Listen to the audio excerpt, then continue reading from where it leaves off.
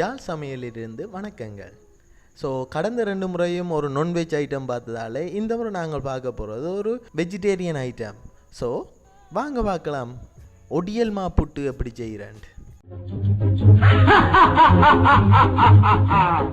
கல்யாண சமையல் சாதம் கல்யாண சமையல் சாதம் காய்கறிகளும் பிரமாதம் அந்த கௌரவ பிரசாதம் இதுவே எனக்கு போதும் கல்யாண சமையல் சாதம் காய்கறிகளும் பிரமாதம். தேவையான பொருட்கள்: ஒடியல் மா, தேங்காய்ப்பூ, உப்பு, தண்ணீர். செய்முறை: ஸோ நாங்கள் முதலாவது செய்ய வேண்டியது என்ன, எங்களோட ஒடியல் மாக்கில் தேவையான அளவு உப்பை போடணும்.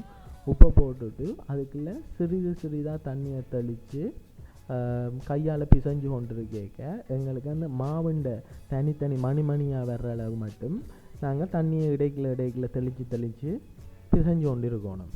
இது புது ஒடியல் மாவாக உங்களுடைய இருந்தால், இதுவே பழைய ஒடியல் மாவாக இருந்துச்சுன்னா அதில் காரல் தன்மை இருக்குது. ஸோ அதுக்கு நாங்கள் என்ன செய்யணும்னா ஒரு 10 நிமிஷத்துக்கு முதலே தண்ணிக்குள்ள அதை ஊற வச்சுட்டு ஒரு 10 நிமிஷம் விட்டோம்னா அந்த தண்ணியின் காரல் தன்மை மிதக்கும்.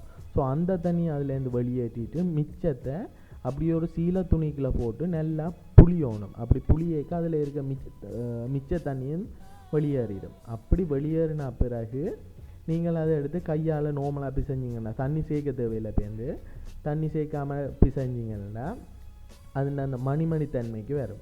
அப்படி ஒரு பதத்துக்கு வந்த பிறகு காணொலியில் காட்டுற மாதிரி கையில் உதிர்ற அளவுக்கு ஒரு பதம் வரும். அப்படி வந்த பிறகு இதுக்குள்ளே சிறிதளவு தேங்காய் பூவையும் சேர்க்கணும். அப்படி தேங்காய் பூவை சேர்த்துட்டு திரும்பவும் ஒரு காப்பி செஞ்சுட்டு அடுப்பில் நார்மலாக தண்ணி நாங்கள் நார்மல் புட்டை வைக்கிற மாதிரியே தண்ணியை வச்சுட்டு அதில் நீத்துப்பட்டிகளையும் சிறிதளவு தேங்காய் பூவை போட்டுட்டு குழைச்ச மாவையும் எடுத்து போட்டுட்டு மூடி வைக்கவும்.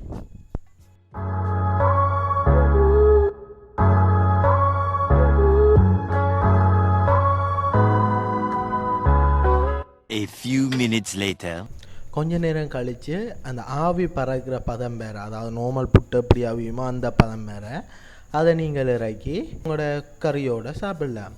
ஸோ எவ்வளோ விலகுவாக ஜாழ்ப்பாணத்து ஸ்டைல் ஒடியல் மா புட்டு செய்கிறேன்னு பார்த்துருப்பீங்க. இந்த ஒடியல் மா எங்களோட உடம்புக்கு எவ்வளோ ஆகணும் இல்லை, உங்களுக்கு இந்த டயபெட்டிக்ஸ் போன்ற வருத்தங்கள் இருந்துச்சுன்னா இது ஒரு சிறந்த சாப்பாடு. ஸோ செய்து பார்த்து எப்படி இருக்குன்னு கமெண்டில் சொல்லுங்கள்.